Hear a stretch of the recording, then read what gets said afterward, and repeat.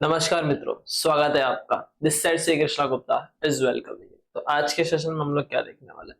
आज के सेशन में हम लोग देखेंगे कि हेज रेशियो कैसे निकलता है, हेज रेशियो का यूज कैसे होता है, कैसे अगर आपके पास एक स्टॉक है तो आप उसका यूज करके ऑप्शंस में हेजिंग टेक्निक क्या यूज करते हो, और एक रिस्क रिस्क न्यूट्रल मेथड से हम लोग निकालना सीखेंगे valuation of option. Fair value जो ऑप्शन निकालते हैं, जैसे हम लोग ने पहले निकाला था इसके पहले वाले लेक्चर में, fair value of option of binomial method. तो जो बायनोमियल मेथड का यूज करके हम लोग फेयर वैल्यू ऑफ ऑप्शन निकालते हैं, उसी तरह हम लोग रिस्क न्यूट्रल मेथड का यूज करके फेयर वैल्यू ऑफ ऑप्शन निकालना सीखेंगे। तो आइए शुरू करें।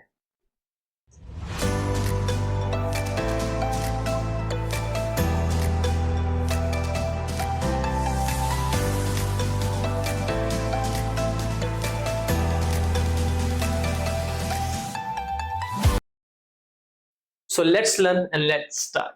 आगे बढ़ने से पहले हम लोग ये देख लेते हैं कि कल के सेशन में यानी पिछले सेशन में हमने क्या चीजें कवर की। तो मैंने बायनोमियल मेथड पढ़ाया था। बायनोमियल मेथड जब भी यूज हो रहा हो तो उस केस में कैसे हम लोग वैल्यूएशन करते हैं। तो स्टेप नंबर 1 में हम लोग क्या करते हैं, हम लोग ड्रॉ करते हैं ट्री डायग्राम कि इतना प्राइस था, कितना अप गया, कितना डाउन हुआ। अगर टू स्टेप मॉडल है तो फिर उसी प्राइस से अप डाउन करते हैं।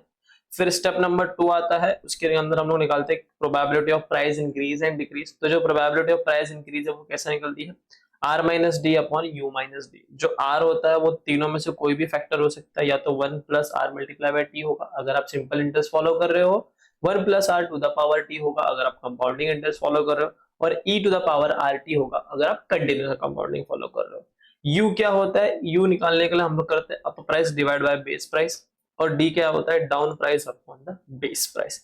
उसके बाद हम इन वैल्यूज को फॉर्मूले में पुट करते हैं तो हमें मिलता है price probability of price increase, जो कि निकल के आता है। और हम लोग को अगर प्रोबेबिलिटी ऑफ प्राइस इंक्रीज पता है तो प्रोबेबिलिटी ऑफ प्राइस डिक्रीज कैसे होगा, 1 minus probability of price increase.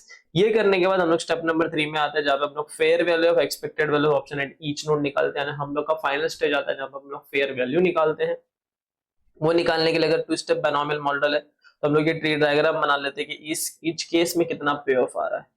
तो जो fair value of expected value of option निकालना है, यानी जो फेयर वैल्यू ऑफ ऑप्शन निकालना, वो कैसे निकलता है, probability of price increase multiply by पे of when price up.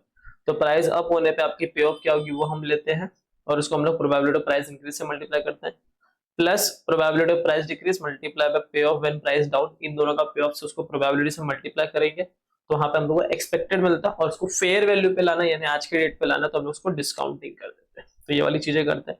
In case of two step binomial model 3 node पे फेयर वैल्यू निकलती है, और जो सबसे लास्ट वाली होती है वो आपकी एक्चुअल फेयर वैल्यू होती है। यानी इन दोनों का यूज करके हम ये वाली फेयर वैल्यू निकालते हैं। फिर उसके बाद इन दोनों वैल्यूज का यूज करके हम लोग ये वाली फेयर वैल्यू निकालते हैं, और जैसे हमको ये और ये मिल गए तो इन दोनों का यूज करके हम ये वाली फेयर वैल्यू निकालते हैं। तो इसी तरह से ये भी हो गया, ये भी हो गया, और ये भी हो गया। तो कल के सेशन में हमने ये सारी चीजें देखी थी, और हम लोगों ने क्वेश्चन नंबर 21, 23 भी रिफर किया था।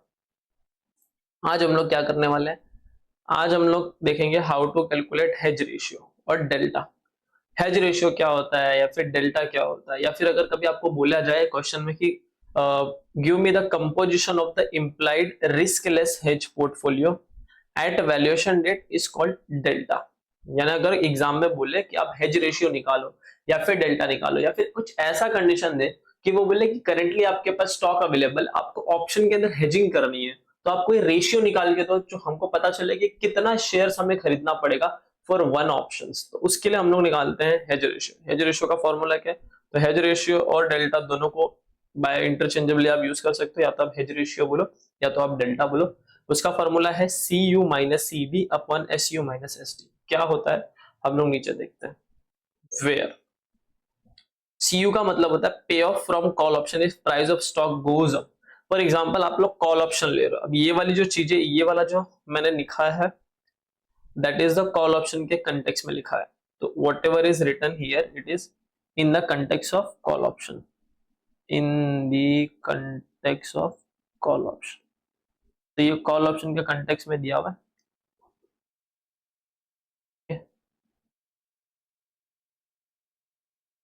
तो सी यू का मतलब क्या होगा, payoff call option if price if stock goes up, and C D का मतलब होता है payoff from call option if price of stock goes down. In simple word बता देता हूँ आपको, एग्जांपल के साथ आपको समझा देता हूँ।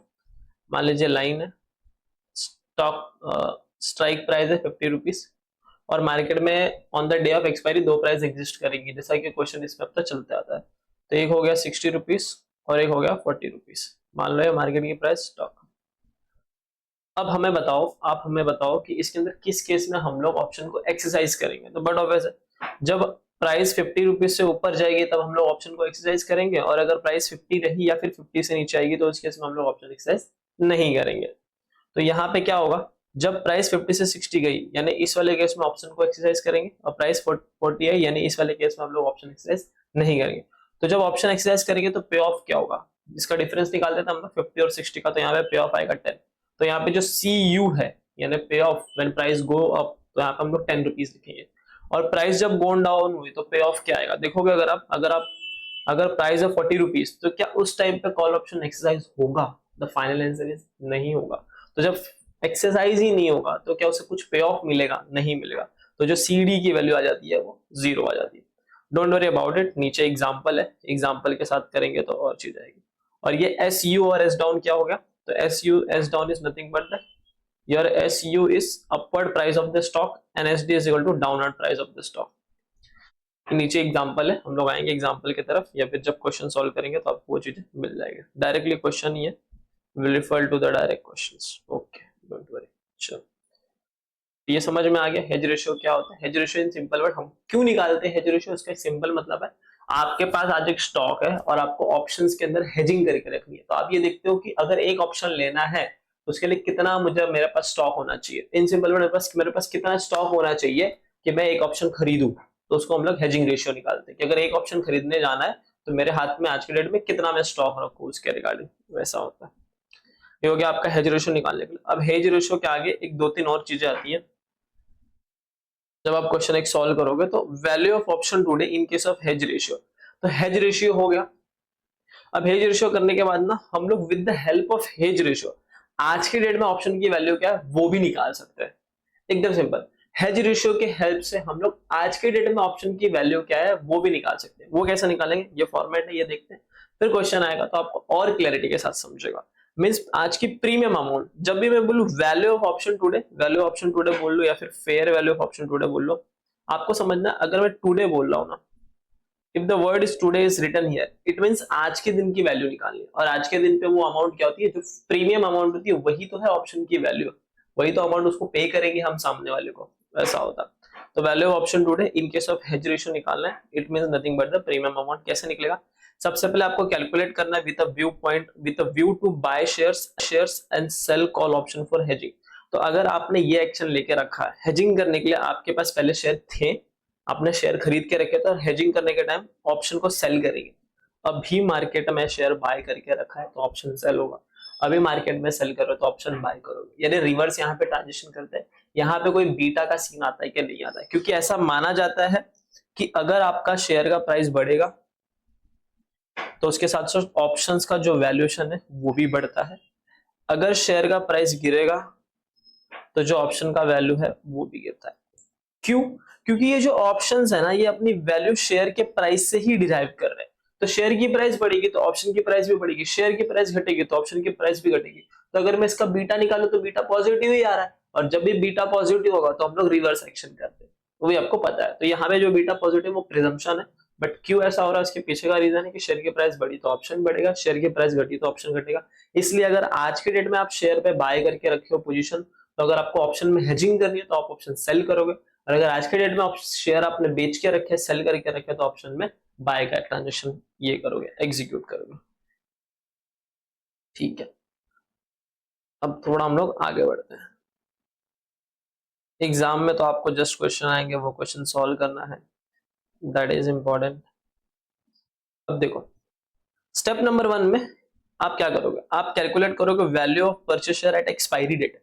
एक्सपायरी के दिन पे उस शेयर की वैल्यू कितनी है जो आपने डे 1 पे खरीद की रखी थी with the help of hedge ratio. तो आपने जो भी हेज रेशियो निकाली थी आपने उसके हिसाब से आज के दिन पे शेयर खरीद के रखा होगा।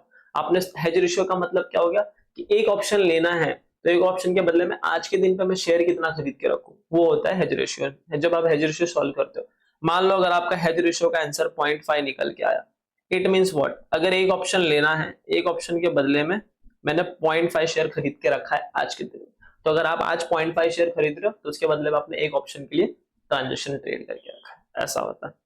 तो मान लो जो भी इसका इसका आंसर क्या निकलेगा, तो वैल्यू कैलकुलेट करना आपको, value of purchase at expiry date. ये एक्सपायरी डेट में वो शेयर का अमाउंट कितना है, आपके हाथ में कितना बेचेगा। तो देखो डे 1 में जब आपने खरीदा था, अब एक्सपायरी में क्या होगा, सब रिवर्स ट्रांजेक्शन होता है, यानी उसको बेच के खत्म करते हो, देखते हो आपके हाथ में कितना पैसा आएगा। तो जब डे 1 में आपने उसको खरीदा था तो एक्सपायरी में आप उसको बेच दोगे, और बेचोगे कैसे, जो भी अप प्राइस है। दो सिनारियो हो सकते हैं, या तो आपकी प्राइस अप जा सकती है या तो आपकी प्राइस डाउन हो सकती है। तो ये दो सिनारियो है, दोनों में से कोई एक चीज होगी। प्राइस अप हो गई तो कैसे कैलकुलेट करना है, प्राइस डाउन हो गई तो कैसे कैलकुलेट करना है। और आपने जो ऑप्शन सेल किया है ना, वो कॉल ऑप्शन आपने सेल किया है। हेजिंग करने के लिए क्या होता है, सिंपल है, if on the day 1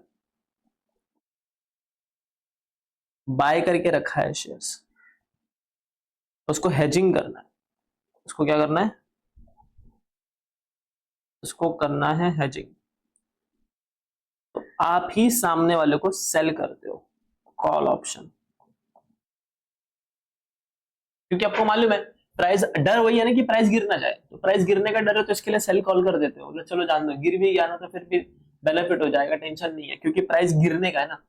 call option आप सामने वाले को सेल कर रहे हो, इसका मतलब क्या है, यू आर सेलिंग सामने वाले को कॉल ऑप्शन। इसका मतलब क्या निकल के आ रहा है कि सामने वाले के पास राइट है कि आपके पास आके वो शेयर का प्राइस, आपके पास आके वो शेयर खरीदे। इसका मतलब यही होता है। यहाँ स्क्रीन पे देखो, स्क्रीन पे और अच्छे से समझेगा। This is you and this is me. आपने ना मुझे बेचा, क्या बेचा, कॉल ऑप्शन बेचा। इट मींस मैं क्या हो गया, मैं बायर ऑफ कॉल ऑप्शन हूं, मैं बायर ऑफ कॉल ऑप्शन हूं। अब ये जो कॉल ऑप्शन है मैं कब एक्सरसाइज करूंगा, जब मार्केट में प्राइस बढ़ेगी तब एक्सरसाइज करूंगा ना। अगर मार्केट में प्राइस गिरेगी तो क्या मैं उस समय आके एक्सरसाइज करूंगा, नहीं। तो अगर on the day of expiry market price बढ़ गई तो मैं आपके पास आऊंगा और आपको बोलूंगा ये शेयर मुझे दे दो, मुझे बाय करना है, क्योंकि मार्केट में प्राइस बढ़ गई तो मैं क्यों जाके मार्केट से खरीदूं, आपसे खरीदूंगा, मार्केट में बेच के मैं प्रॉफिट लेके निकल जाऊंगा। लेकिन अगर अंदर सिनारियो हुआ, मार्केट में प्राइस डाउन हो गई, तो उस केस में मैं आपके पास नहीं आऊंगा। और उसी बात का जो डर आपको सता रहा है ना कि मार्केट में प्राइस डाउन ना हो जाए, तो आपने सेल कर दिया कॉल ऑप्शन, चलो डाउन भी होगा तो उधर से भी प्रीमियम का फायदा उठा के निकल जाएंगे, और अप हो गया तो फायदा ही फायदा है। तो मेरे पास तो आज की डेट में शेयर है ही ना, तो अप होगा तो कितना ही अप होगा, जितना मैं यहाँ पे प्रॉफिट अर्न करूंगा उतना वहां पे लॉस होगा, बस उतना ही, कहीं तो डिफरेंस है। और जो प्रीमियम अमाउंट डे 1 पे आएगी वॉट एवर। तो देखते कैसे सॉल्व होता है, देखो कैसे सॉल्व होता है वो मैं आपको लेके चलता हूँ। कि अगर तो मार्केट में प्राइस बढ़ गया, अगर मार्केट में प्राइस बढ़ गया तो उस केस में क्या होगा, आपके पास जो शेयर था आप उसको बेचोगे, आपके पास जो शेयर था, सेल प्रोसीड्स क्या होगा, डे 1 पे आप, अब आप अपने पे आ जाओ कि this is you, this is, sorry ऐसा नहीं बनाना, आपको अच्छे से बनाता हूं, this is you. On the day 1 आपके पास शेयर थे और ये शेयर आपने बाय करके रखे थे, और हेजिंग करने के लिए, हेजिंग करने के लिए दिख रहा है क्या, नहीं दिख रहा है, इतना प्रॉपर नहीं दिख रहा है, अच्छे से दिखाता हूँ।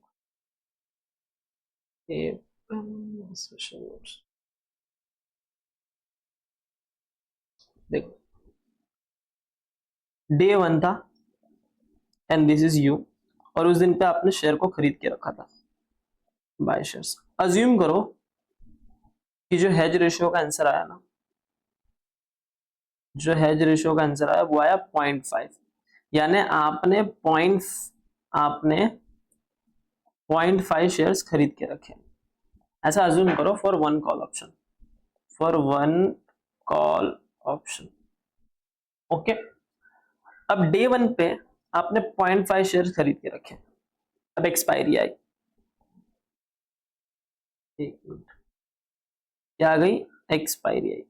और एक्सपायरी पे अब ये जो शेयर खरीदे हैं आप इसको बेचोगे, क्योंकि अब आपको देखना आपके हाथ में नेट फ्लो कितना है, आपने बेचा उससे आपको कुछ अमाउंट रिसीव हुआ, कितना शेयर बेचोगे, जो 0.5 शेयर होगा आप उतना बेच दोगे। तो जो भी अमाउंट आएगी ऑन डे ऑफ एक्सपायरी, जब प्राइस अप होगी तो प्राइस अप पे जो अमाउंट आएगी वो मल्टीप्लाई बाय जो भी आपका हेज रेशियो निकल के आया रहेगा वो, क्योंकि आप उतना ही शेयर खरीद के रखोगे ना, तो वहां दैट अमाउंट मल्टीप्लाई बाय जो हेज रेशियो का अमाउंट आएगा वो, तो आपको एक अमाउंट मिल जाएगी। लेकिन याद रखो आपने सामने वाले को कॉल ऑप्शन भी तो बेचा है, तो अब तो सामने वाला कॉल ऑप्शन एक्सरसाइज करेगा ना, क्योंकि मार्केट में प्राइस बढ़ गई, और जब मार्केट में प्राइस बढ़ गई तो सामने वाला करेगा कॉल ऑप्शन एक्सरसाइज, और उससे आपको गेन होगा कि फायदा होगा? आप क्या हो? Seller of call option. तो इफ यहां पे डालना दिस इज यू, और आपने सेल करके रखा है call option, and this is me, और मैं बायर हूं कॉल ऑप्शन का। आपने मुझे करके रखा है, सेल करके रखा है कॉल ऑप्शन, और आपको पता है कॉल ऑप्शन कब एक्सरसाइज होता है? जब मार्केट में प्राइस बढ़ जाती है स्ट्राइक प्राइस से ऊपर। तो जैसे ये अगर यहाँ पे ये स्ट्राइक प्राइस है, और स्ट्राइक प्राइस से अगर प्राइस ऊपर गई, तो उस टाइम पे तो मैं क्या करूंगा? मैं तो ऑप्शन एक्सरसाइज कर लूंगा, और आपको क्या हो जाएगा? लॉस हो जाएगा। कितने का लॉस हो जाएगा? जो डिफरेंशियल अमाउंट होगा मार्केट प्राइस और स्ट्राइक प्राइस, उसके बीच का आपको लॉस हो जाएगा। तो यही चीजें मैंने यहाँ पे लिखी है कि if share price goes up in case of call option, तो सबसे पहला जो तो ये पर्सन तो क्या होगा? सेल होगा, प्रोसीड फ्रॉम शेयर्स। जो भी शेयर आपके पास होंगे आप उसको बेच दोगे, that is up price multiply by hedge ratio करोगे, आपको एक अमाउंट मिल गया ये। और प्राइस बड़ी है, और आपने क्या क्रिएट करके रखा है? शॉर्ट पोजीशन करके रखा है। आपने पोजीशन क्या करके रखा है? शॉर्ट करके रखा है, यानी अपने कॉल ऑप्शन बेचा है। तो उस केस में क्या होगा? Loss on short position in option. जो भी अब प्राइस गई है वो माइनस स्ट्राइक प्राइस, तो दोनों के बीच का जो डिफरेंस होता है उतने का लॉस हो जाएगा, क्योंकि वो अमाउंट आपको सामने वाले को देना होता है, तो उतने का क्या हो जाएगा? लॉस हो जाएगा। और इसको प्लस माइनस करने के बाद जो भी प्राइस आएगी वो आपके जेब में जाएगी। या तो दूसरा तरीका, अगर मान लो प्राइस हो गई गो डाउन, जब प्राइस डाउन हो जाएगी तो उस केस में क्या सामने वाला पर्सन एक्सरसाइज करेगा? नहीं करेगा ना, क्योंकि सिंपल सी बात है, स्ट्राइक प्राइस से अगर प्राइस डाउन हो गई तो सामने वाला पर्सन तो एक्सरसाइज करेगा नहीं, तो इस केस में लॉस तो कुछ होने वाला ही नहीं है। लेकिन जो भी आपके पास शेयर होगा आप उसको डाउन प्राइस में बेचोगे, और देखोगे आपके हाथ में कितना पैसा आएगा। इससे जो अमाउंट आएगा और इससे जो अमाउंट आएगा, दोनों का अमाउंट सेम ही आता है। चाहे प्राइस अप हो तो भी अमाउंट सेम आएगी, चाहे प्राइस डाउन हो तो भी अमाउंट सेम आएगी। कैसे? अभी हम लोग एक क्वेश्चन सॉल्व करेंगे, उसके अंदर आपको समझ जाएगा। फिर जैसे ही आपको ये वाली अमाउंट मिल गई, या तो प्राइस अप हो गई आपने अमाउंट निकाली, या तो डाउन हो गई या फिर आपने अमाउंट निकाली। फिर मैंने ये भी लिखा, here the loss on account of short position is zero because option holder not exercise is option. तो जो भी ऑप्शन होल्डर होगा वो ऑप्शन को एक्सरसाइज नहीं करेगा, क्योंकि कॉल ऑप्शन की जब प्राइस नीचे आती है उसके अंदर स्ट्राइक प्राइस से नहीं करते। तो here loss on account of short position, और यहाँ पे मैंने कॉल ऑप्शन लिखा है ना कहीं पे ऊपर, अदरवाइज ये देखो buy share and sell call option लिखा, तो आपको वो चीजें समझ जाएगी। अब स्टेप नंबर 2 में क्या होता है? कैलकुलेशन होती है प्रीमियम अमाउंट की। कैसे होती है प्रीमियम अमाउंट की कैलकुलेशन? ये फॉर्मूला यूज करके। क्या बोला है सर? ये फॉर्मूला नहीं, सारा लॉजिकली ड्रिवन, ये वाला ये लॉजिकली ड्रिवन है। Purchase price of share invested, आज के दिन में कितना परचेज प्राइस मैंने इन्वेस्ट किया, minus premium received on short call. जब आप बेचते हो तो आपको एक प्रीमियम अमाउंट होता है, दोनों को माइनस करेंगे, multiply rate is equal to future value. क्या बोल रहा है ये? एकदम सिंपल है। अगर आपके पास स्पॉट वैल्यू इन्वेस्टेड अमाउंट से स्टार्ट कर, आपने अमाउंट एक इन्वेस्ट की, और उस इन्वेस्टेड वैल्यू में जब आप रेट को मल्टीप्लाई करते हो 1 प्लस रेट, तो फिर आप कहां पे पहुंच जाते हो? आप फ्यूचर वैल्यू में पहुंच जाते हो। या फिर मैं वो भी ना बोल के ऐसा बोलूं, इन्वेस्टमेंट अमाउंट प्लस जैसे ही आप इंटरेस्ट उसमें ऐड करते हो तो आप कहां पहुंच जाते हो? फ्यूचर वैल्यू में पहुंच जाते हो। फ्यूचर वैल्यू में पहुंच जाते हो कि नहीं? आप कहां पहुंच जाते हो? आप पहुंच जाते हो फ्यूचर वैल्यू।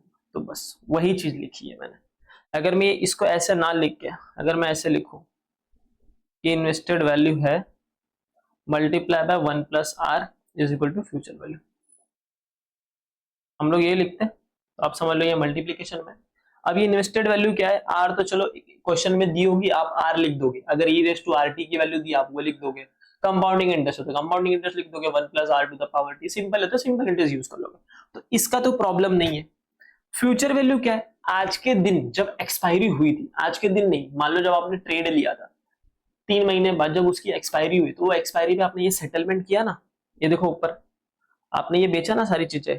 जब वैल्यू प्राइस अप हुई तो आपको कुछ अमाउंट निकल के आया होगा, जब प्राइस डाउन हुई होगी तो आपको एक अमाउंट निकल गया होगा। तो वो अमाउंट फ्यूचर की है कि आज की? आज की नहीं है, एक्सपायरी के दिन है ना। तो मान लो वो फ्यूचर तकरीबन, मान लो आर की अमाउंट हम लोग ने कुछ लिख दी, सपोज आर हम लोग को पता चल गया 1.06, और फ्यूचर की वैल्यू हमको कुछ मिल गई, दैट इज नथिंग बट मान लो 300 रुपए हमको फ्यूचर में मिलने वाले हैं, पता चले।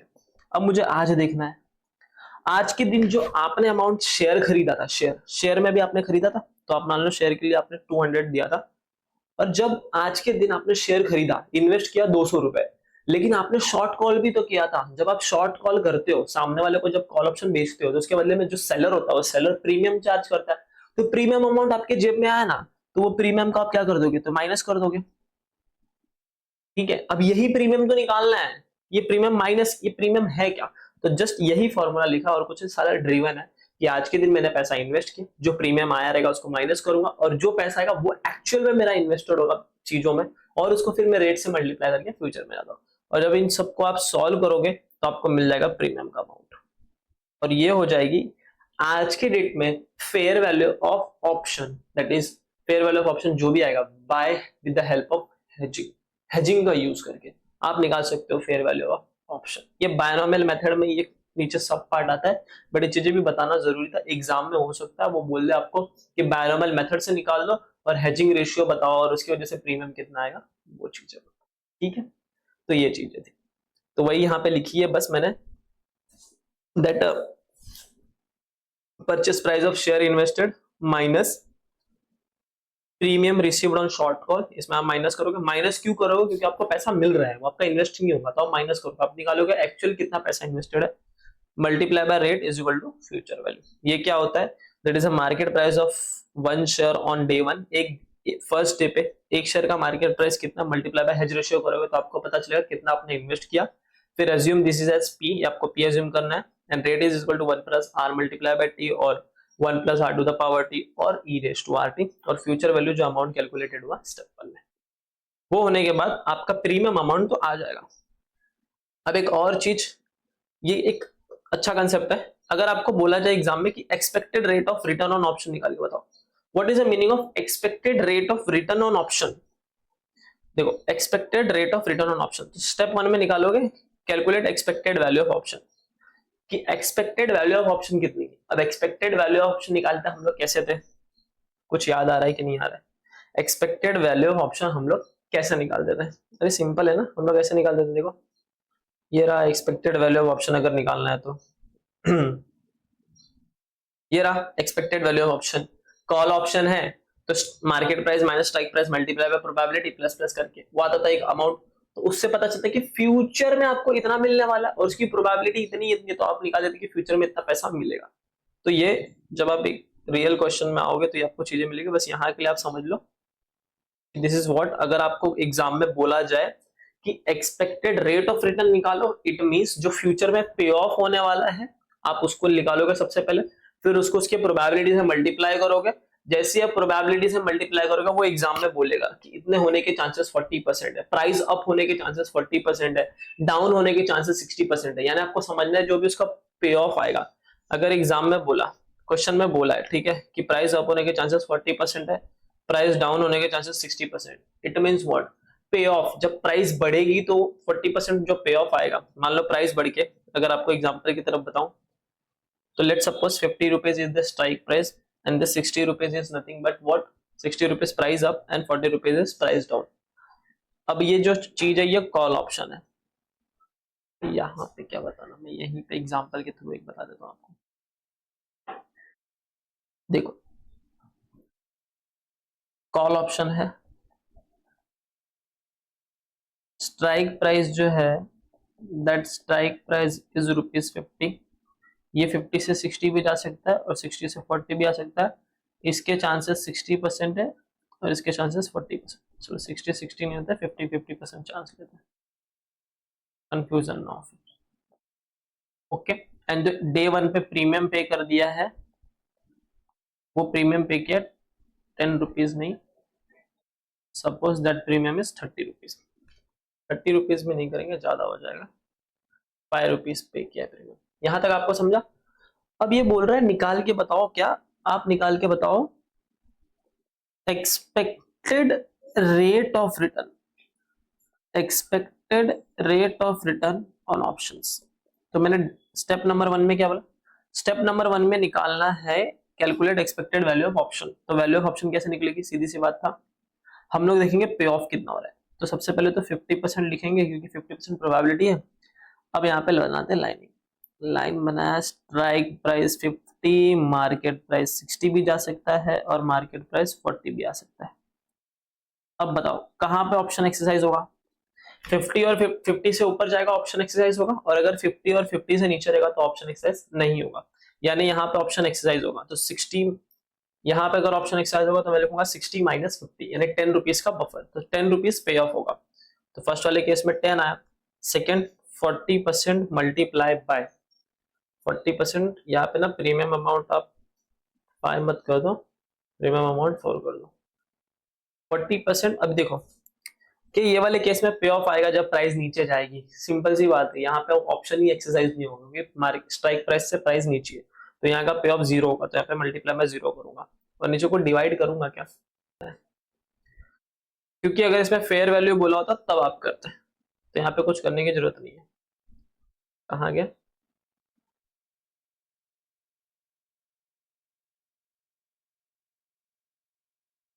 तो ये वाला जो चीज है, क्या इसमें डिवाइड बाय कुछ करना है, आर करना है, नहीं, मुझे आज के डेट में नहीं लाना है, मैं तो एक्सपेक्टेड क्या निकाल रहा हूँ।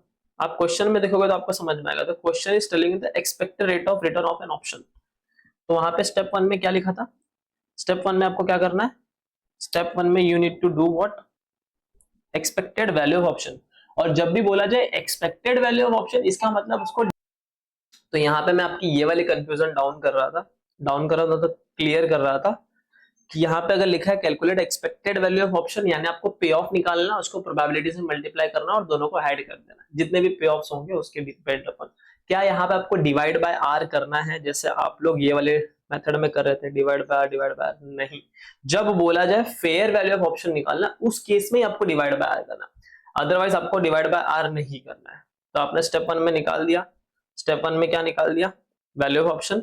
देन स्टेप नंबर 2 में एक्सपेक्टेड रेट ऑफ रिटर्न। अब एक्सपेक्टेड रेट ऑफ रिटर्न क्या निकलेगा, ये तो एकदम सिंपल है ना, कि आज अगर आप 50 रुपीज डाल रहे हो और 2 मंथ बाद वो 60 रुपीज हो रही है, it mean how much you are earning. तो आप बोलोगे 60 रुपीज अर्न हुआ माइनस 50 डे 1 पे इन्वेस्ट किया था, डिवाइड बाय 50, और इसको मैं मल्टीप्लाई बाय 100 करूंगा, दोनों के बीच का डिफरेंस निकालते हैं कि इतना एक्स्ट्रा अर्न करेंगे, वही तो मेरा रेट ऑफ रिटर्न। मेरा रिटर्न क्या होगा, 60 से 50 से 60 पे गया, यानी जो 10 रुपीज है वो रिटर्न होगा, तो 60 माइनस 50 डिवाइड बाय 50 कर दिया। तो वही किया, जस्ट स्टेप 1 की वैल्यू आई है उसको मैंने स्टेप 1 की वैल्यू लिखोगे, यानी यहाँ पे आपकी अमाउंट जो 50 से 60 हो गई, यानी जो 60 की वैल्यू है वो निकल के आए, वो यहाँ पे आए, minus premium divide by premium multiply by 100, solve करोगे आपका आंसर आपको मिल जाए। अभी हम लोग क्वेश्चन नंबर 22 करते हैं, और जो भी मैंने कंसेप्ट आपको बताया ना एकदम बखूबी आपको समझ में आएंगे। तो आइए देखते हैं, अगर कुछ चीजें आपको यहाँ तक नहीं भी क्लियर हुई होगी तो अभी आपको क्वेश्चन देखते ही चीजें समझ जाएगी। ये रहा क्वेश्चन नंबर 22 का आपका सॉल्यूशन, एंड मैंने रिवीजन और आपको खुद से एक बार सॉल्व करना है, जैसा ये सीरीज चले आ रहा है, यू नीड टू सॉल्व। देखो क्वेश्चन नंबर 22 दिख रहा है, तो आप पानी वानी पी लो सब। आइए क्वेश्चन रीड करते हैं, क्या लिखा क्वेश्चन में, देखो, mister Dayal is interested in purchasing equity share of ABC limited. ठीक है, तो मिस्टर दयाल है एंड मिस्टर दयाल को एबीसी लिमिटेड के शेयर परचेज करने हैं, यानी उनको बाय करने। तो आप देखोगे उनका बुलिश नेचर है। Then which are currently selling at 600, जिसकी करंट अभी की प्राइस है 600 रुपए each. Okay, he expect that price of share में गो अप टू 780। अब वो एक्सपेक्ट कर रहे हैं कि इसकी जो प्राइस है वो 780 तक जाएगी या फिर मे गो डाउन टू 480, या तो 780 जाएगी या तो 480 जाएगी, यानी जो 600 की प्राइस है ये अप होके 780 जा सकती है या फिर डाउन होके 480 आ सकती है। ओके, इन 3 मंथ, 3 महीने के अंदर the chances of occurring such variation are 60% and 40%, और ये बता भी रहा है इसके होने के चांसेस 60% है और इसके होने के चांसेस 40% है। ठीक है, सामने से बता रहा है। Now a call option on the shares of ABC Limited can be exercised at the end of 3 months with a strike price of 630. A call option on the shares of ABC Limited can be exercised at the end of 3 months with a strike price of 630 rupees. यानी बता रहा है कि market में, जब लोग market में भी देख रहे हैं ना, तो मार्केट में दिख रहा है कि ये एक कॉल ऑप्शन रन हो रहा है एबीसी लिमिटेड की तरफ, जिसकी स्ट्राइक प्राइस है 630। तो अगर आपको चाहिए तो someone can go and by the call option of ABC limited with a strike price of 630। ठीक है, यहां तक तो समझ में आया। अब ये फर्स्ट क्वेश्चन बोला, देखो, what combination of share and option should mister Dayal select if he want a perfect hedge. Hedge word आ गया, यानी यहाँ पे लोग हेजिंग रेशियो निकालने के लिए बोल रहे हैं। अब ये सामने से बता रहा है कि क्या कॉम्बिनेशन ले, कितना शेयर खरीदे, कितना ऑप्शंस खरीदे, उसका कॉम्बिनेशन क्या हो ताकि उसका परफेक्ट हेजिंग हो जाए। चाहे मार्केट में 3 महीने बाद प्राइस बढ़े, चाहे मार्केट में 3 महीने बाद प्राइस घटे, उसके जेब में जो अमाउंट है वो आएगा ही, जितना उसको फिक्स है वो फिक्स हो जाएगा कि इतना अमाउंट आना है और आ जाएगा वैसा। और अनदर क्वेश्चन बोला what should be the value of option today, आज के दिन में वैल्यू ऑफ ऑप्शन टुडे क्या है, यानी यहाँ पे प्रीमियम की अमाउंट निकालने बोल रहा है जहां पे रिस्क फ्री रेट आपकी 10% पर एनम है। And the third question what is asking what is the expected rate of return on the option. जो थर्ड चीज मैंने आपको वहां पे बताई थी expected rate of return on the option कितना है वो बताना। तो आइए क्वेश्चन को देखते हैं क्या कहता है। तो जो भी चीजें वो मैंने लिख दी। Given current share price of ABC limited is 600, price of share में go up to this and may go down to this and the probability is 60 and 40%, strike price is 630 और risk free rate है 10% पर annum।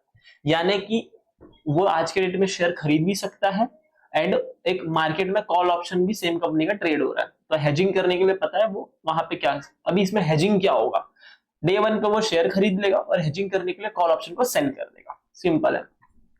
तो देखो सबसे पहले क्या होगा, calculate hedge ratio. Hedge ratio कैसे कैलकुलेट होता है, CU minus CD upon SU minus SD। ये सारी चीजें क्या होती है, तो CU जो होता है वो होता है payoff from call option if price of the stock goes up.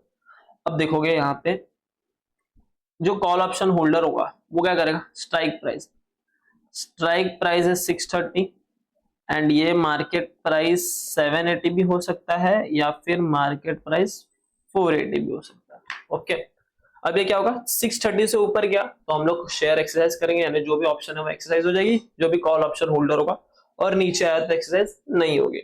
तो 780 गया यानी ऑप्शन एक्सरसाइज होगी। तो 780 माइनस 630 पे ऑफ क्या होगा, जो डिफरेंस होता है वो उसका पे ऑफ होता है। तो 780 माइनस 630 करेंगे तो 150 rupees is the pay of when price go up. अगर प्राइस डाउन हो गया तो उस केस में पे ऑफ क्या निकलेगा, so payoff of call option if price of stock goes down 480 minus 630 is equal to minus 150 means 0 because payoff is negative। इसका मतलब क्या होगा कि अगर 630 से प्राइस हो गई 480, तो जब 480 होगी तो क्या उस केस में ऑप्शन एक्सरसाइज होता है, नहीं होता। तो उस केस में पेऑफ आपका 0 होता है। But for your just for the trickiness अगर आप ट्रिक से थोड़ा जाते हो तो उसको समझाने के लिए बस ऐसे सॉल्व कर दिया। 480 minus 630 minus 150 means 0 because payoff is negative. और आप यहाँ पे ये भी लिख सकते हो कि epsilon naught exercise, epsilon naught exercise, ये जो भी ऑप्शन है वो एक्सरसाइज नहीं हुआ है। ठीक है, आपको ये बात याद रखनी है। एग्जाम में आप 0 जैसी लिखोगे वो एग्जामिनर आपको नंबर दे देगा। अगर आपको ये चीजें अवॉइड लिखनी है तो ये जस्ट फॉर अंडरस्टैंडिंग पर्पज आप चाहिए तो लिख देना, इट इज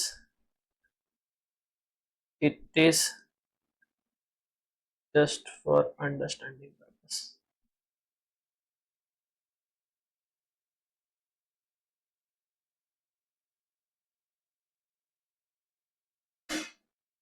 या फिर अगर आपको ये नहीं लिखना है तो आप ये भी चीज लिख सकते हो, ऑप्शन नॉट एक्सरसाइज बिकॉज पे ऑफ इज नेगेटिव। मतलब समझाने के लिए मैंने लिखा है। अगर आपको इसके अलावा भी एक अच्छी, अगर ये 0 डायरेक्टली डाला है तो आप ये भी चीज लिख सकते हो यहाँ पे कि ऑप्शन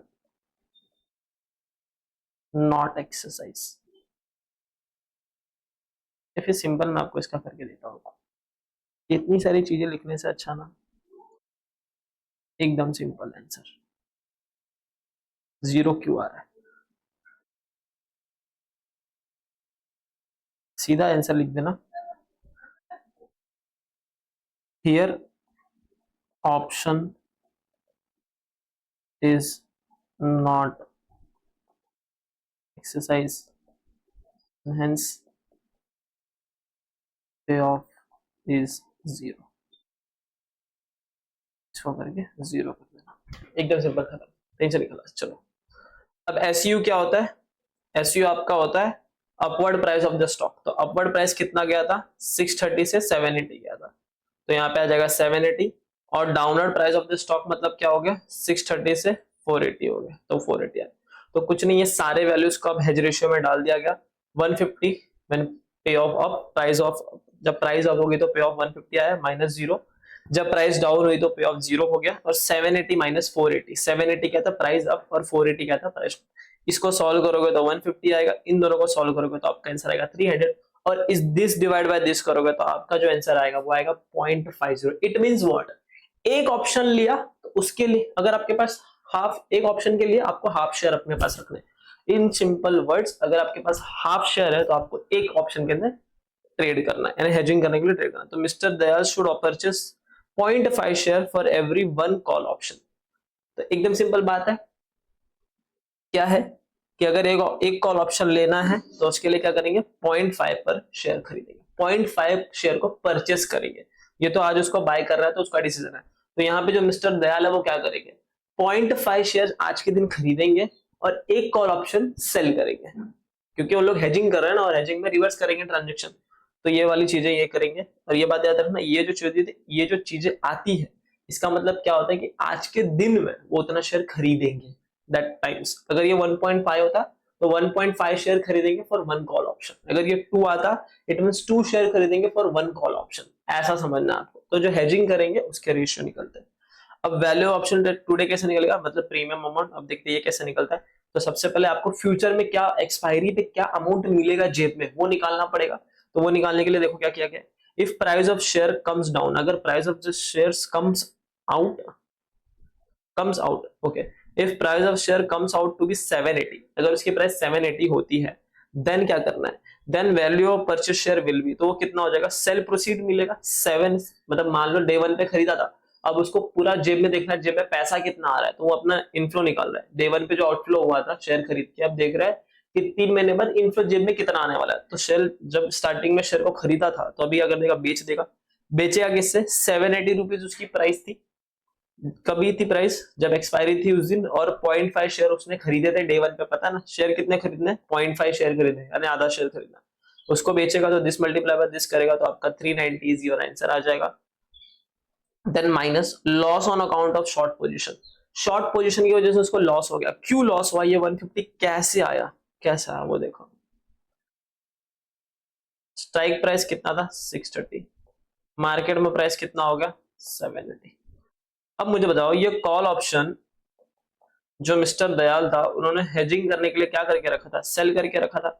अब यहाँ पे प्राइस बढ़ गई तो जो सामने वाला पर्सन होगा वो तो आके इस ऑप्शन को एक्सरसाइज करेगा, और जब एक्सरसाइज करेगा तो इतने बीच का जो अमाउंट होगा, दिस इन दोनों का जो डिफरेंस होगा वो सामने वाले के लिए प्रॉफिट होगा, क्योंकि वो तो मांगेगा, बोलेगा दो। तो इतना जो चीज है, इतना अमाउंट का लॉस तो हो जाएगा ना मिस्टर दयाल को, क्योंकि उन्होंने क्या करके रखा है, उन्होंने कॉल ऑप्शन को सेल करके रखा है, तो उनको लॉस हो जाएगा उतने अमाउंट का। तो वही हो गया loss on account of short position, that is 780 minus 630 which is equal to 150। This minus this करेगा तो आज के डेट में जो मिस्टर दयाल है उनके जेब में 240 रुपए आ जाएंगे। 240 रुपीज विल बी इन, जो 240 रुपीज है वो उनका इनफ्लो हो जाएगा। If share price comes out to be 480, अगर शेयर का प्राइस 480 रुपए होता है, 480 हो जाता है, then value of purchase share will be, तो उस केस में वैल्यू ऑफ परचेज शेयर कितना होगा, ठीक है, वो भी निकालते हैं। तो एकदम सिंपल है, डे 1 में जो शेयर खरीदा था आज के दिन प्राइस कितना, उससे मल्टीप्लाई कर देंगे कि 0.5 शेयर खरीदे थे, आधा शेयर खरीदा था, 480 उसकी प्राइस है, दिस मल्टीप्लाई दिस करेंगे तो 240 रुपीज उसके पास कितना आ जाएंगे, जेब में आ जाएंगे। अब क्या इस केस में क्या कॉल ऑप्शन एक्सरसाइज होगा, नहीं होगा, क्योंकि देखो यहाँ पे जो 3 महीने बाद अगर प्राइस 480 होती है, 3 महीने बाद अगर जो प्राइस है वो प्राइस अगर 480 होता है, तो सामने वाला पर्सन आके इसको एक्सरसाइज नहीं करेगा और ऑप्शन हो जाएगा लॉस, तो लॉस तो कुछ होगा नहीं, जीरो हो जाएगा। तो बस यहाँ पे देखो 240 रुपीज ही अमाउंट है जो उनके जेब में आई है। तो आप अगर यहाँ पे देखोगे, आप एक चीज एनालाइज करोगे, तो आप क्या एनालाइज कर सकते हो मालूम है, कि भले प्राइस 780 हो या प्राइस घट के 480 हो, उनके जेब में 240 रुपीज आ रहा है। मिस्टर दयाल को टेंशन करने की जरूरत नहीं है, उनका जो भी प्रोटेक्शन था, जब उनका था कि बाय करना था उन्होंने सेल करके रख दिया, उन्होंने जो भी हेजिंग टेक्निक ली थी उन्होंने ले ली, और एकदम श्योर हो गए कि 3 महीने बाद प्राइस घटे चाहे बढ़े मेरा प्रॉफिट फिक्स हो जाएगा। वैसा वाला सीन है, वैसी वाली चीजें हैं, ये वाली चीजें हो गई। अब देखो प्रीमियम क्या आएगी इसके ऊपर, प्रीमियम निकालना है ना हमको आज के डेट में वैल्यू ऑप्शन, तो वही सेम चीज, purchase price of share invested today minus premium received on short call multiply by rate और is equal to future value. अब ये 300 कैसे आया ये मैं आपको ये बता देता हूँ। 300 is nothing but the day 1 पे शेयर की प्राइस थी 600 रुपए, अगर आप क्वेश्चन देखोगे तो ये रहा 600 ईच उसकी सेलिंग की प्राइस है, which is selling at 600 each. तो डे 1 पे 600 रुपीज वो था, और मल्टीप्लाई बाय उन्होंने खरीदे थे आधे शेयर, यानी हाफ शेयर उन्होंने परचेस किया था, 0.5 शेयर उन्होंने परचेस किया था वो, तो दिस मल्टीप्लाई दिस करोगे तो 300 आएगा, माइनस पी कर देना, मल्टीप्लाई बाय 1.025 ये कहां से आया देखो, 1 प्लस ये है 1 plus R multiply by T. तो आर था 0.1, 0.1 मतलब 10%। आप 10% लिखो या फिर 10% को जब इलाबरेट करोगे तो 10/100 होगा, विच इज इक्वल टू 0.1। ये चीजें तो मैं बहुत बार डिस्कस कर चुका हूँ, फिर भी बता दिया आपको, बताना मेरा काम है। तो लेट टेल यू, तो 0.1 आ गया 10%। 3/12 क्यों, क्या, क्योंकि 3 महीने का एक्सपायरी है। अगर आप क्वेश्चन देखोगे तो यहाँ पे लिखा है इधर 3 month with strike price of 630, तो ये हो गया 3 महीना। जब आप इसको सॉल्व करोगे तो आपको मिलेगा 0.025, और दिस प्लस दिस करोगे तो आ जाएगा 1.025। तो आ गया 1.025, और 240 क्या हो गई, स्टेप 1 की अमाउंट हो गई। ये देखो स्टेप 1 में 240 आया था ना, 240, तो ये 240 दोनों में से कोई एक अमाउंट लेना, दोनों को ऐड मत कर देना गलती से भी। तो ये हो गया। फिर आपने 300 का 300 एज इट इज लिखा, माइनस पी भी एज इट इज लिखा, इसको भी एज इट इज लिखा, और 240 को भी एज इट इज लिखा। एज इट इज नहीं लिखा, अगर आप देखोगे यहाँ पे इक्वल टू है और यहाँ पे मल्टीप्लाई का साइन है, यानी ये वाली जो चीज है ये इसके नीचे जाके डिवाइड हो जाएगी। तो ये वाला फिगर एज इट इज है, ये पूरा बंच, और ये इसके नीचे जाके डिवाइड हो गया, तो ये ऐसा हो गया। फिर डिवाइड होने के बाद जब मैंने इसको सॉल्व किया तो आंसर आया 234.15, तो ये एज इट इज होगा। ये माइनस पी है, ये प्लस पी है, तो माइनस पी उधर जाएगा तो प्लस हो जाएगा, और ये माइनस है 234.15 यहाँ पे आ जाएगा। सॉरी वापस बोलता हूँ, 300 minus P is equal to this है, ये माइनस पी है तो वहां पे जाके प्लस पी हो जाएगा, तो प्लस पी कर दिया। ये प्लस में है 234.15, यहाँ पे आके माइनस हो जाता है, तो दिस माइनस दिस करेंगे ये हो जाएगा, और ये पी एज इट इज। तब देखोगे प्रीमियम का अमाउंट निकल गया 65.85 रुपीज। यानी आज के डेट में कॉल ऑप्शन जब उन्होंने सेल किया था मिस्टर दयाल ने, तो उनको 65.85 रुपीज का प्रीमियम मिला था। अब एक्सपेक्टेड रेट ऑफ रिटर्न निकालते हैं, वो कैसा था। स्टेप 1 में क्या करना था आपको, दिस इज द स्टेप 1, ये स्टेप 1 है, एंड दिस इज स्टेप 2। तो स्टेप 1 में आप निकाल देते क्या कि एक्सपेक्टेड वैल्यू ऑफ ऑप्शन कितनी है, और एक्सपेक्टेड वैल्यू ऑफ ऑप्शन निकालने के लिए क्या करते थे हम लोग, पे ऑफ निकालते थे ईच नोड पे, और उसको मल्टीप्लाई कर देते थे उसकी प्रोबेबिलिटी से। तो यहाँ आप दिखाओगे अगर प्राइस अप हो गई तो 780 माइनस 630, उसका पे ऑफ आएगा 150 150 नहीं आएगा, इन दोनों के बीच का डिफरेंस 780 माइनस 630, हाँ 150 आएगा, यस। तो इसका आंसर कितना आएगा, इसका आंसर आएगा 150, और 150 उसके प्रोबेबिलिटी से मल्टीप्लाई करेंगे ना, प्राइस अप होने की प्रोबेबिलिटी कितनी है 60, तो 150 मल्टीप्लाई बाय 0.6 करेंगे ये प्रोबेबिलिटी, तो इसका आंसर आ जाएगा 90। और अगर प्राइस डाउन हुई तो उस केस में तो हम लोग ऑप्शन एक्सरसाइज करेगा ही नहीं सामने वाला कॉल ऑप्शन, तो उस केस में हो जाएगा 0, तो 0 मल्टीप्लाई बाय 0.40, तो ये 0 होता है, दिस प्लस दिस करेंगे तो 90, यानी कि जो एक्सपेक्टेड वैल्यू ऑफ ऑप्शन है वो 90 रुपीज है। यानी आपका जो, अगर आप निकालोगे expected rate of return, rate of return कितना है एक्सपेक्टेड रेट ऑफ रिटर्न, तो वो जाएगा expected value of option 90 rupees minus premium divide by premium. देखेंगे ना कितना बीच में अर्निंग हुई, तो दिस माइनस दिस करेंगे तो आपको अर्निंग पता चल जाएगा कि हाँ डे 1 पे इतना इन्वेस्टेड था in the name of premium, लेकिन जब डे एंड हुआ तो 90 रुपीज मिलने वाले, तो दिस माइनस दिस करोगे और डिवाइड बाय दिस करोगे, मल्टीप्लाई बाय 100 करोगे। और अगर आपका इसमें ऐसा डाउट आ रहा है कि इस एक्सपेक्टेड वैल्यू ऑफ प्रीमियम को हम लोग ने डिवाइड बाय आर क्यों नहीं किया, आज के डे पे क्यों नहीं लाया, अरे आपको आज के डे पे क्यों लाना है, क्योंकि आप तो ये देख रहे हो ना कि एक्सपेक्टेड रेट ऑफ रिटर्न क्या है। रेट ऑफ रिटर्न मतलब क्या होता है, आज के दिन पे वैल्यू 90 रुपीज है, सॉरी आज के डे पे वैल्यू है 65.85 आपने इतना इन्वेस्ट किया, जब उसमें आप मल्टीप्लाई बाय आर करके फ्यूचर में लगे तब जाके ये 90 मिल रहा है ना। तो अगर इस 90 को आप डिवाइड बाय आर कर दोगे तो ये तो आज के डे पे आएगा ना, तो फर्क क्या हो जाएगा, कुछ फर्क नहीं मिलने वाला, वो वाली चीज है। इसके लिए इसको डिवाइड बाय आर वो सारी चीजों में नहीं लेके जाते, इसमें सिंपल देखते कि 3 महीने बाद इतना पैसा मिलने वाला है, आज मैंने इतना इन्वेस्ट किया, 3 महीने बाद मेरे को इतना पैसा मिलेगा, तो उसके बीच का जो डिफरेंस होता है हम लोग फिर निकालते हैं कि हाँ आज के दिन इतना इन्वेस्ट कर रहा हूँ, 3 महीने बाद इतना पैसा मिलेगा, तो मेरा रेट ऑफ रिटर्न क्या है, इन्वेस्टमेंट में मैंने कितना रिटर्न कमाया, तो वो ऐसे ही डिफरेंस निकाल के आप लोग करते हैं। यहाँ पे डिवाइड बाय वो चीजें नहीं करते। अगर आप डिवाइड बाय आर करने लगे तो फिर आज के डेट में एज पर 90 रुपीज के हिसाब से, अगर फ्यूचर में 90 रुपीज का पे ऑफ मिलने वाला है एक्सपेक्टेड, तो अगर मैं उसको आर से, वो जो आर होता है ना वो आपका रिक्वायर्ड रेट ऑफ रिटर्न होता है, आप उससे मल्टीप्लाई करते हो, इट इज अ मार्केट का स्टैंडर्ड रिटर्न। बट आपको यहाँ पे ये चेक करना है, देखो मैं दोनों के आर के बीच का डिफरेंस आपको समझा देता हूँ सो दैट आपको कंफ्यूजन हो। ये जो आर है जो क्वेश्चन में 10% दी हुई है ना, ये मार्केट का रेट ऑफ रिटर्न है, यानी कि अगर फ्यूचर में 90 रुपीज मिलने वाला है, एक्सपेक्टेड पे ऑफ अगर फ्यूचर में 90 रुपीज मिलने वाला है, अगर इसको आप 1.025 क्या है, 3 महीने का एक्सपेक्टेड रेट ऑफ रिटर्न है, अगर आप 90 डिवाइड बाय 1.025 करोगे और इसका आंसर आएगा 87.80, तो ये जो प्रीमियम की अमाउंट आएगी ना, ये जो प्रीमियम की अमाउंट आएगी वो क्या, ये देखो यहाँ पे जो प्रीमियम की अमाउंट निकली वो ठीक है, मैं एक जर्नल आंसर आपको बता रहा हूँ जो क्वेश्चन से थोड़ा सा हटके वो समझ लो आप, कि मार्केट में अगर 10% की रिटर्न है और एक्सपेक्टेड पे ऑफ 90 रुपीज फ्यूचर में आने वाला है, हमको इतना पता चल रहा है, और इससे आप जब आर से डिवाइड करते हो ना, बायनॉमियल के मेथड से जब आर से डिवाइड करते हो, तो ये जो अमाउंट आता है ना, ये एज पर 10% रिटर्न के हिसाब से आज के दिन में अमाउंट इतना होना चाहिए। लेकिन आपको पता है आज आप इन्वेस्ट कर रहे हो 65.85, फ्यूचर में आपको मिलने वाला है 90 रुपीज। अब आपको पता करना है कि इसमें रेट ऑफ रिटर्न कितना है, तो जब आप इसको सॉल्व करते हो ना, तब आपको रेट ऑफ रिटर्न मिलता है कि इसमें तो जो रेट ऑफ रिटर्न छुपा हुआ है वो है 36.67 का रेट ऑफ रिटर्न। ये डिफरेंस आपको समझना बहुत जरूरी है, नहीं तो आप कभी कभी एग्जाम में गलती ये करोगे, जब ये वाला चीज निकालोगे सॉल्व करोगे तो उसको डिवाइड बाय आर कर दोगे और गलती से आपका पूरा आंसर रॉन्ग होगा, तो उसको डिवाइड बाय आर वाली चीजों में नहीं लेके जाना है। आई होप आपको ये चीजें समझी होगी। एक बार आप आंसर देख लेते हैं हम लोग, और फिर आपको मैं सॉल्यूशन का विजिट करा लेता हूँ, और आप वीडियो पॉज करके जो भी ये सॉल्यूशन है आप सॉल्व कर लीजिए। ओके, चलिए एक बार मैं इनको आंसर की तरफ लेके चल जाता हूँ। एज रेशियो इज 0.50,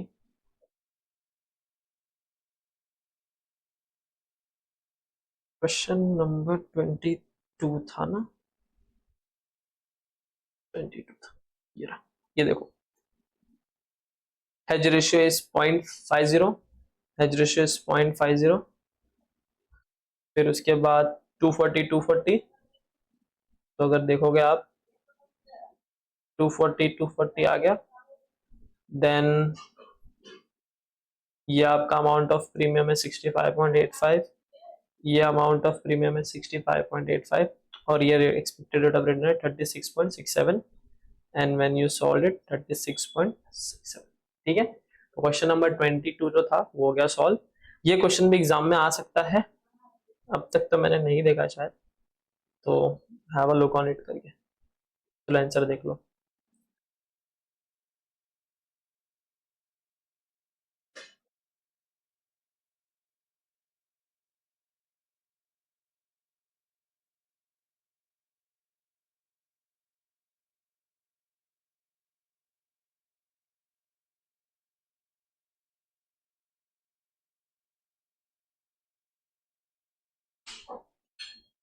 ठीक है, अब क्वेश्चन नंबर 24, उससे पहले अब नए कंसेप्ट की तरफ पढ़ते हैं। एक मिनट, पानी पीने गया था, पानी पानी पानी पीते रहो, पानी। सेकेंड मेथड पढ़ेगा, तो अब तक मैंने आपको बायनॉमियल मेथड बता दिया, फिर हम लोग ने हेज रेशियो भी डिस्कस कर लिया क्या होता है, उसके हेल्प से हम लोग कैसे प्रीमियम अमाउंट निकालेंगे, ये सारी चीजें भी हम लोग ने पढ़ ली।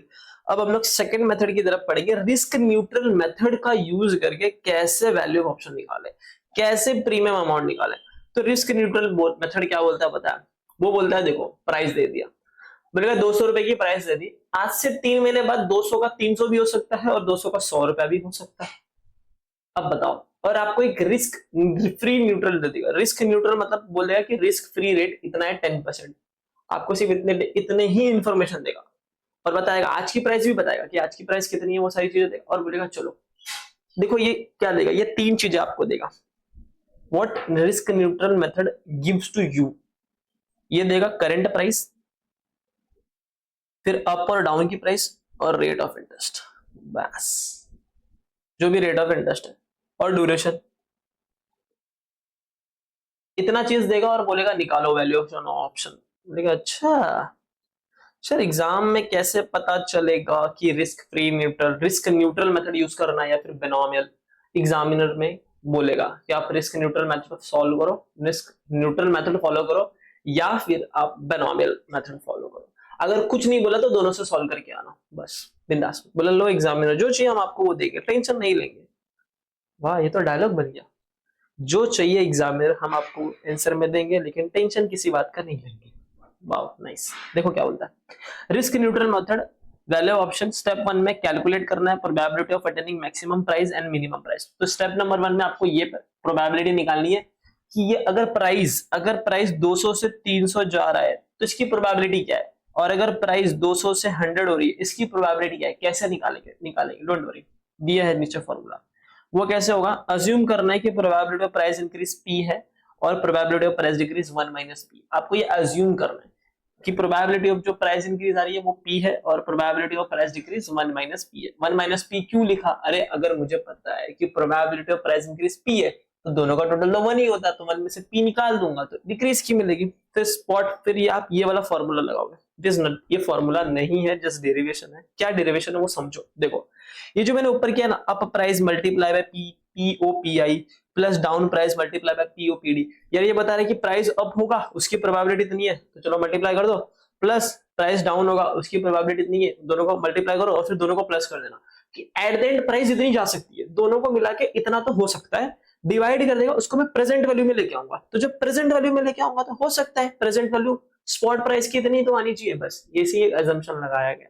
तो वही लिखना है, स्पॉट प्राइस लिखना है, आज के दिन का स्पॉट प्राइस कितना था इज इक्वल टू जो अप प्राइस है। यहाँ पे कॉल ऑप्शन पुट ऑप्शन नहीं हो रहा है, फॉर योर काइंड इंफॉर्मेशन, यहाँ पे कॉल ऑप्शन पुट ऑप्शन अभी तक पिक्चर में नहीं आया है। तो जस्ट अप प्राइस लिखनी है कि प्राइस अप कितनी जा सकती है, यानी 200 से मैंने बोला कि जो प्राइस है वो 200 से 300 जा सकती है, तो आपको यहाँ पे 300 लिखना है multiply by probability of P I, P pop I यानी प्रोबेबिलिटी ऑफ प्राइस इंक्रीज। क्या था, हम लोगों ने अज्यूम किया था पी था, तो आप लोग यहाँ पे पी लिखेंगे। मैं यहाँ पे ये क्यों लिख रहा हूँ, मैं यहाँ पे डायरेक्ट पी लिख, चलो ये लिख देने दो ना, अभी लिखा है तो डोंट वरी। तो प्रोबेबिलिटी ऑफ प्राइस इंक्रीज को पी अज्यूम किया था तो आप पी लिख देना, और प्रोबेबिलिटी ऑफ प्राइस डिक्रीज को 1 माइनस पी किया तो यहाँ पे 1 माइनस पी लिख देना। ठीक है, एग्जाम के दिन क्या करना है, सिंपल सी बात है, जो भी इसका एग्जाम्पल है वो सॉल्व करके जाना है एग्जाम के दिन। रिस्क न्यूट्रल मेथड का क्वेश्चन, एक ही क्वेश्चन है आपके मॉड्यूल में, वो सॉल्व करके ही जाना है, विदाउट सॉल्विंग मत जाना। ओके, और जैसा मैंने सॉल्व कराया वही सॉल्व करके जाना, जो मॉड्यूल में दिया है उस हिसाब से नहीं जाना, जैसा मैं सॉल्व करा रहा हूँ आंसर मैच हो जाएगा। स्टेप नंबर 2 में क्या होगा, अगर चाहिए तो यहाँ पे मैं दिखाने के लिए एरो भी मार देता हूँ कि ये P होगा आपका और ये 1 माइनस P आएगा, just for your writing purpose. अब स्टेप नंबर 2 क्या, स्टेप नंबर 2 में calculate fair value of expected value of option. अब स्टेप नंबर 2 सेम वैसा ही है जैसा रिस्क न्यूट्रल मेथड में होता था ना, कि हम लोग लिखाते थे probability of price increase multiply by पे ऑफ व्हेन प्राइस अप, कि प्राइस अप होने पे पे ऑफ कितना आएगा वो लेंगे, दोनों को मल्टीप्लाई कर देंगे, and probability of price increase नहीं, यहाँ पे आएगी प्रोबेबिलिटी ऑफ प्राइस डिक्रीज। ये प्रोबेबिलिटी ऑफ प्राइस डिक्रीज होगा, और ये भी मैं कर देता हूँ सही, सो दैट एग्जाम में अब तकलीफ नहीं चाहिए हमको। जब हम लोग चीजें कर रहे हैं तो थोड़ा सही से करें। 1 माइनस पी, लो एग्जामिनर वो सारी चीजें लो, या फिर आप जो चीजें तकलीफ देती है वो सब हटाइए। डब्बा डब्बा, अब डन, अब समझा। डोंट वरी, सारे नोट्स आपको मिल जाएंगे टेलीग्राम चैनल पे। टेलीग्राम चैनल पे हर लेक्चर का नोट्स हो रहा है अपलोड, फायदा उठाइए नोट्स का, बांटिए सबको। तो स्टेप नंबर 2 में क्या होगा, जब आपने स्टेप नंबर 1 सॉल्व किया ये, उससे आपको प्रोबेबिलिटी ऑफ प्राइस अप मिल गई, प्राइस डाउन मिली। अरे यही सेम चीज तो बायनोमियल में भी तो मिलती थी, हम लोग जब बायनोमियल मेथड यूज करते थे उसमें भी हम लोग यही चीज निकालते थे, प्रोबेबिलिटी ऑफ प्राइस अप और प्रोबेबिलिटी ऑफ प्राइस डाउन, दोनों का सॉल्व करते थे, निकल। और जैसे प्रोबेबिलिटी ऑफ प्राइस अप मिलता था, प्रोबेबिलिटी ऑफ प्राइस डाउन मिलता था, उसका यूज करके हम लोग फेयर वैल्यू निकालते, तो वही चीज सेम चीज यहाँ पे भी आ जाती है। तो स्टेप नंबर 2 दोनों का सेम ही है, वहां पे 3 स्टेप थे, पहले ट्री डायग्राम बनाते थे आप, फिर स्टेप नंबर 1 हम बनाते थे, फिर स्टेप नंबर 3 निकालते थे। यहाँ पे स्टेप नंबर 1 मिसिंग है, यहाँ पे डायरेक्ट स्टेप नंबर 2 से, यानी स्टेप नंबर 1 है probability of price increase, probability of price decrease, और स्टेप नंबर 2 में आप फेयर वैल्यू निकालते हो, कैसे निकालते हो, प्रोबेबिलिटी ऑफ प्राइस इंक्रीज करते हो, मल्टीप्लाई करते हो पे ऑफ व्हेन प्राइस इंक्रीज, की प्राइस इंक्रीज पे पे ऑफ क्या होगा वो, फिर उसको प्लस करोगे, probability of price decrease multiply by पे ऑफ व्हेन प्राइस, इन दोनों को सॉल्व करना, इन दोनों को सॉल्व करना, दोनों को ऐड करना और डिवाइड करना है r। अब r डिपेंड करता है, कंटीन्यूअस कंपाउंडिंग है तो e रेज़ टू rt लेंगे, नॉर्मल कंपाउंडिंग है तो 1 plus r to the power n, n फिर से n आ गया यहाँ पे, n नहीं t है बाबू, t, और फिर 1 plus r multiply by t in case of simple interest. बस अब हम एग्जाम्पल की तरह देखेंगे, जब तक एग्जाम्पल नहीं तब तक चीजें और अच्छे से क्लियर नहीं होगी। तो आइए हम लोग एग्जाम्पल डिस्कस करते हैं, एंड विद दिस एग्जाम्पल मजा आ जाएगा। तो ये जो एग्जाम्पल है ये कॉल ऑप्शन का एग्जाम्पल है। स्पॉट प्राइस है 420 रुपीज, प्राइस अप होके जा सकती है 500 एंड डाउन होके आ सकती है 400। स्पॉट प्राइस मतलब आज की प्राइस है, रेट ऑफ इंटरेस्ट कितनी है 8% है, और जो ड्यूरेशन है वो 3 मंथ है, और e⁻0.02 दे के रख दिया है 1.0202, ठीक है। और जो स्ट्राइक प्राइस है वो 450 है, यानी मैं बोलूं तो लाइन गिरा देते हैं, स्ट्राइक प्राइस 450 है वापस, और जो मार्केट प्राइस है वो 500 हो जाएगी, या तो फिर मार्केट प्राइस डाउन होके 400 हो जाएगी, और जो करंट प्राइस है वो है 420। चलो आपको एक चीज और नोटिसेबल बात बता दूं, जब आप यहाँ पे प्राइस लिख रहे हो ना, ये देखो ये चीज, ये ना स्पॉट प्राइस है, स्पॉट स्पॉट नहीं स्पॉट, ये स्पॉट प्राइस है, आज के दिन की करंट मार्केट प्राइस है, स्ट्राइक प्राइस नहीं है। गलती से भी ना यहाँ पे स्ट्राइक प्राइस मत लिखना, लोग घाई घाई में यही गलती करते हैं, ये स्पॉट प्राइस के जगह पे ना स्ट्राइक प्राइस लिख देते हैं कि देखते कॉल ऑप्शन का स्ट्राइक प्राइस क्या है, ये मत लिखना, आज के दिन की प्राइस क्या है वो लिखना है हमको। तो हम लोग ने लिख दिया 420 और सारे वैल्यूज पुट कर दिए कि प्राइस अप हो गया 500 जाएगी, क्या यहाँ पे पे ऑफ निकलेगा? नहीं, अरे पे ऑफ यहाँ पे निकलेगा, निकल ही नहीं सकता, क्योंकि हम तो इसके अंदर प्रोबेबिलिटी फाइंड कर रहे हैं। तो प्राइस अप हो गया कितनी जाएगी 500, वो लिख देना, मल्टीप्लाई बाय पी करना, प्लस 400 डाउन हो के आ सकती है, डाउन प्राइस क्या है 400, और 1 माइनस पी करना, और नीचे आर में क्या हो जाएगा e⁻RT है, क्योंकि ई की वैल्यू दे दी है, आर आपका 0.08 है, 0.08 इज नथिंग बट द 8%, 8% को मैं 8/100 लिख सकता हूँ, और 8 डिवाइड बाय 100 करूंगा तो मुझको 0.08 आएगा। जब 0.08 को मैं 3 मल्टीप्लाई बाय 12 करूंगा, यानी 3 महीने का जब वैल्यू निकालूंगा तो उसका आंसर आएगा 0.02। या आप कैलसी पे सॉल्व कर लेना, खुद से भी बहरहाल अच्छे से सॉल्व करोगे आपको आंसर मिल जाएगा।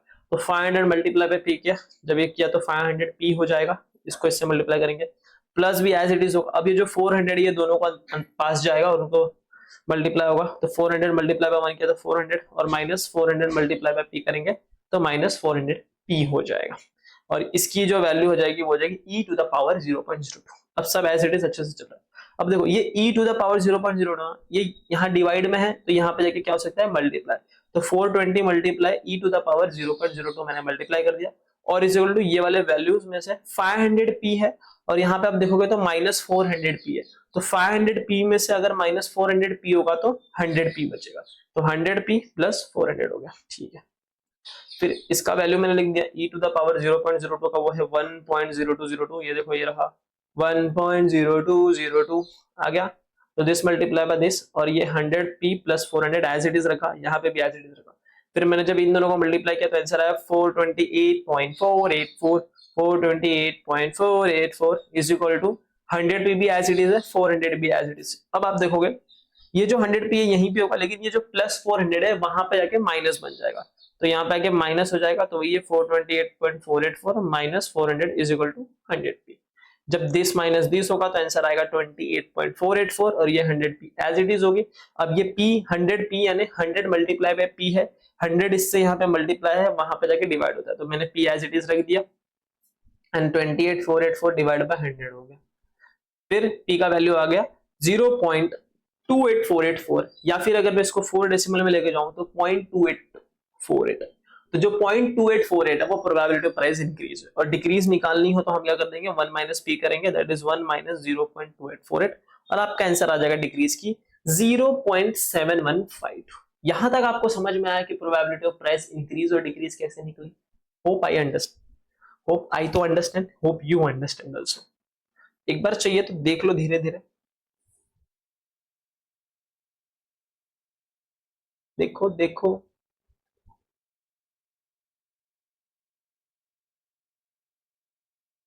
ठीक है, अब हम लोग स्टेप नंबर 2 में क्या निकालेंगे? Fair value of expected value of option, same वैसे ही जैसे बायनोमियल में करते थे, पे ऑफ निकालेंगे मल्टीप्लाई करेंगे प्रोबेबिलिटी से, पे ऑफ निकालेंगे मल्टीप्लाई करेंगे प्रोबेबिलिटी। चलो पे ऑफ देखते हैं, लाइन आया, स्ट्राइक प्राइस थी 420, 420 थी ना, नहीं 450 थी, स्ट्राइक प्राइस इज 450, और आपका मार्केट प्राइस बढ़ के हो जाएगा या तो 500 और या तो घट के हो जाएगा 400, या तो मार्केट प्राइस हो जाएगा 400। तो इस वाले में तो हम लोग ऑप्शन एक्सरसाइज करेंगे, क्योंकि कॉल ऑप्शन है, कॉल ऑप्शन में एक्सरसाइज हो जाएगा जैसे स्ट्राइक प्राइस से ऊपर चीज जाएगी, तो यहाँ पे ऑप्शन एक्सरसाइज होगा, यहाँ पे ऑप्शन एक्सरसाइज नहीं होगा। अब इन दोनों का डिफरेंस कितना आएगा 50 रुपीज, तो वही लिखा है, जब प्राइस अप हो गई तो 50 रुपीज पे ऑफ से आ जाएगा, और पे ऑफ से 50 रुपीज आएगा मल्टीप्लाई बाय प्रोबेबिलिटी, तो इसका दिस मल्टीप्लाई बाय दिस करोगे आंसर आएगा 14.24। और जब प्राइस डाउन होगी तो उस केस में ऑप्शन एक्सरसाइज नहीं होगा, और जो पे ऑफ आएगा वो आएगा 0 रुपीज। तो दिस मल्टीप्लाई बाय दिस 0 हो गया और यहाँ पे आ गया 0 और दिस प्लस दिस और e टू द पावर 0.02 कैसे आया वो तो मैं बताया, वो r की वैल्यू है। ये कैसे आई, ये सेम यही जो r है, यही वाला r हम लोगों ने ये वाला r यही वाला यूज कर लिया डायरेक्टली। एक बार आपको डेरिवेशन बता दिया कैसे आ रहा है। फिर आप दिस प्लस दिस करोगे, डिवाइड बाय 1.0202 करोगे तो आपका आंसर जो आएगा वो आएगा 13.96 is nothing but what, is nothing but what, is nothing but your fair value of option. Okay, तो ये आपका है फेयर वैल्यू ऑफ ऑप्शन।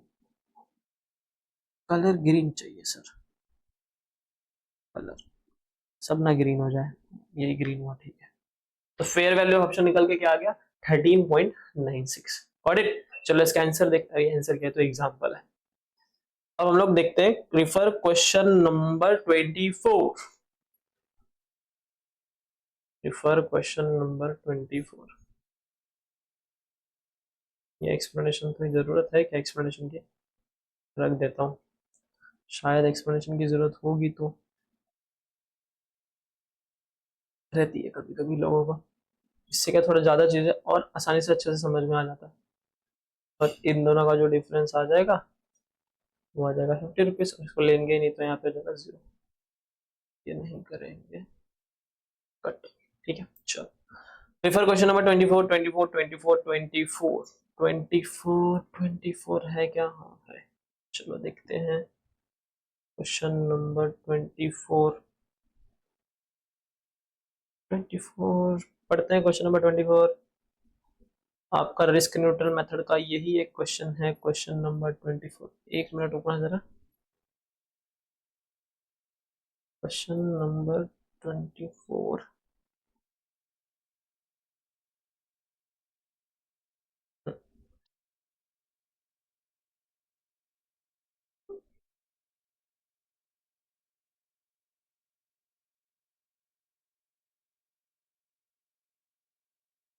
ये रहा, देखो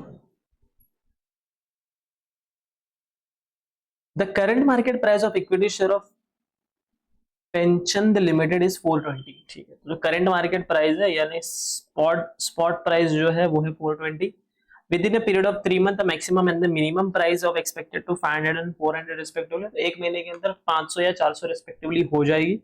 and the risk free rate is 8% per annum, what should be the value of 3 month call option, 3 month call option under the risk neutral method at a strike price of 450 given this. ठीक है, अब इसको value को given लिख देते हैं, given चीजें क्या क्या है। तो given this is a call option, details of pension limited, spot price 420, price of 500, price down 400। Sir से मुस्कुरा रहे क्यों, बताता हूँ। रेट ऑफ इंटरेस्ट 8% पर है ना, duration 3 month, e to the power 0 to 1.0203। Sir फिर से मुस्कुरा रहे हो, मुस्कुराओ मत। Strike price is 450। अब भी तो गया है, क्या है ये सर, ये देखा देखा लग रहा है, अभी तो हम लोग ने कहीं तो देखा, where it is there. Sir ये देखा देखा लग रहा है, हाँ तो मैं कहाँ बोल रहा हूँ देखा देखा नहीं। सर अभी हम लोग ने एग्जांपल सॉल्व किया कंसेप्ट नोट्स में से, तो वही है। अरे वही है क्या, देखते क्या जरा। Spot price 420, okay, price up 500 400, rate of interest 8%, 3 month, strike price. अरे हाँ ये तो देखा देखा लग रहा है। सर क्या आप भी मजाक कर रहे हो, हाँ एकदम क्वेश्चन को उठा के कंसेप्ट नोट्स में डाल दिया आपने। अरे मैं मजाक नहीं कर रहा हूँ, ठीक है, I am joking. So with this चलो इसको भी एक बार रिवाइज, कुछ नहीं सेम चीजें, सॉल्यूशन कॉपी पेस्ट है वहां से, कुछ नहीं। क्यों सर फिर सॉल्यूशन नोट्स में डाला, वहीं पे डाल के लिख देते direct, this is the your question number 24। सी डालना होता है। अगर किसी ने सिर्फ इस सॉल्यूशन वीडियो को ही देखना चाहा, किसी को सिर्फ सॉल्यूशन नोट्स ही देखना है, तो एटलीस्ट वो फिर वो टेंशन में, अरे क्वेश्चन नंबर 24 किधर है, दिख रहा ही नहीं है, दिख रहा ही नहीं है। तो इसके लिए मैं यहाँ पे भी डाल दिया। तो दोनों आप कंसेप्ट नोट से जैसे ही वो क्वेश्चन सॉल्व करोगे, आपका क्वेश्चन नंबर 24 ऐसे ही सॉल्व हो जाएगा। तो एग्जाम के दिन भी वो आपके हाथ के नजरों से जाएगा। So don't worry about it. देखो सेम चीजें हैं, 420 दिस किया, फिर आपका प्रोबेबिलिटी ऑफ प्राइस इंक्रीज ये आया, डिक्रीज ये आया, एंड आपका ई का वैल्यू आ जाएगा रुपीज 13.96। ठीक है, तो ये आपका फाइनल आंसर हो जाएगा, प्रीमियम का amount. Fair value of option, fair value of option.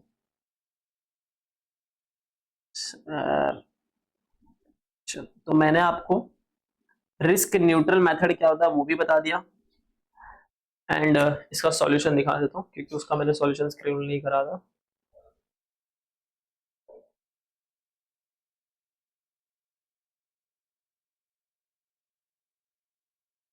Okay then, तो रिस्क न्यूट्रल मेथड आपका हो चुका है, एंड जो बायनॉमियल मेथड है वो भी आपका हो गया है।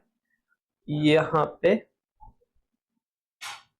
समझ में आया होगा। तो if you understand this lecture then give me a feedback. देखो मैं आपसे ना कुछ नहीं चीजें चाह रहा हूँ, आपको बस यही चीजें चाह रहा हूँ कि मैं जो पढ़ा रहा हूँ वो आपको कितना हद तक समझ में आ रहा है वो मुझे समझना बहुत जरूरी है, क्योंकि जितना मैं समझूंगा कि आपको कितनी चीजें समझ रही है, कितनी चीजें कुछ नहीं हो रहा है, तो एटलीस्ट अगर आप मुझे फीडबैक दोगे ना तो मैं वापस से उन चीजों के ऊपर थोड़ा इम्प्रोवाइजेशन करके आपको प्रोसेस करके दूंगा।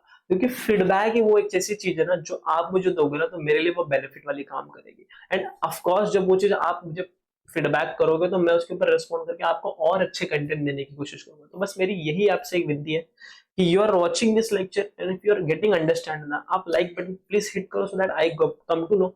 और अदरवाइज आप मुझे फीडबैक दो। फीडबैक का लिंक मैंने डिस्क्रिप्शन बॉक्स में डाला है। देखो 2 मिनट लगेंगे आपके, बट वो 2 मिनट आपका आने वाला कल का जो रिवीजन लेक्चर है वो भी इंप्रूव करके देगी, और मुझे जो बनाने में मेहनत है वो मुझे और मजा आएगा।